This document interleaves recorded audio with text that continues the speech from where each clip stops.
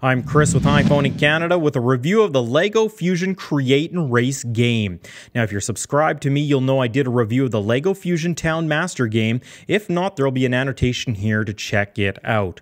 Once again, the LEGO Fusion games are currently only available in the US. There's still no word when they'll be released worldwide. The LEGO Fusion game brings together digital fun and real-life building. With Create and Race, it's what the name suggests. You build cars and trucks, and then you get to race them. Create and Race comes with 223 pieces, including the special scanning plate needed for the game, but unlike Town Master, you don't get a minifigure with this game.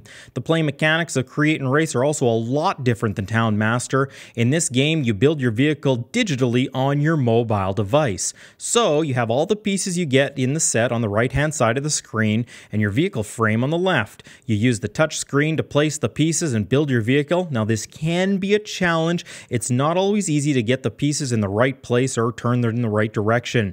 It's one of the real drawbacks of this game. One thing to note, if you are building your vehicle and you know that one side will be the same as the other, you can turn on the mirror function so that you only have to place the bricks once. Now, depending on how you build your vehicle, you will see your vehicle stats in the upper left corner, and they do change as you build. Once you have your vehicle built how you like it, it's time to build it out of real bricks, or not. The game gives you step-by-step instructions on how to put your vehicle together, so yes, you're building it for a second time. As you're building it, make sure you're following very carefully or else it won't scan in properly. When you're done, it's time to scan, and while you may have thought scanning Town Master builds were tough, Create and Race is infinitely tougher. First, you have to lock onto the base, then it's time to scan the vehicle from the side. Once it's green, you slowly start to move your mobile device to the back and to the front. Getting it to capture properly, even if it's built right, can be a challenge. Again, I'd suggest doing this on a white surface.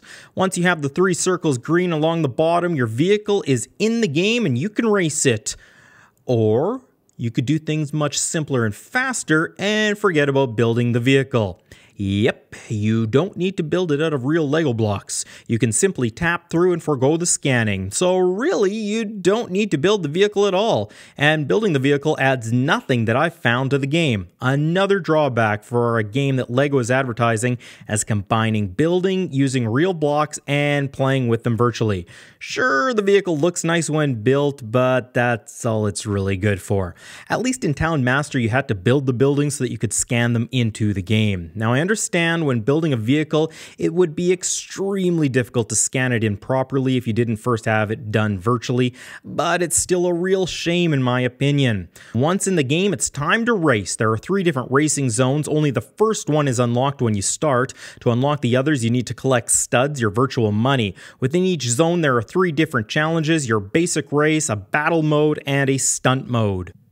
The race is straightforward. You're racing against virtual opponents trying to finish first and collect studs along the way. In the battle game, you have a certain amount of life and you go around hitting your opponent or pushing them into obstacles, trying to get their life down to 0 before yours. And in stunt, you race around the track by yourself with jumps and loops, trying to collect studs while trying not to lose too many. The game is quite simple and gets pretty easy quickly. Another real drawback: it doesn't take long to unlock all 3 zones and all the races within each zone. Now, inside your garage, you can also unlock other drivers. Now, I'm not quite sure if they help while you're competing. I think they do. I think they affect your vehicle's speed and such, but I'm not 100% sure, and LEGO doesn't really make this clear. If I sound really critical about Create and Race, it's because I had really high hopes for this one. But so far, I'm really disappointed. From not really having to use real bricks to the ease of the game, even my 5-year-old son finds this game really simple. Create and Race just seems to stall out.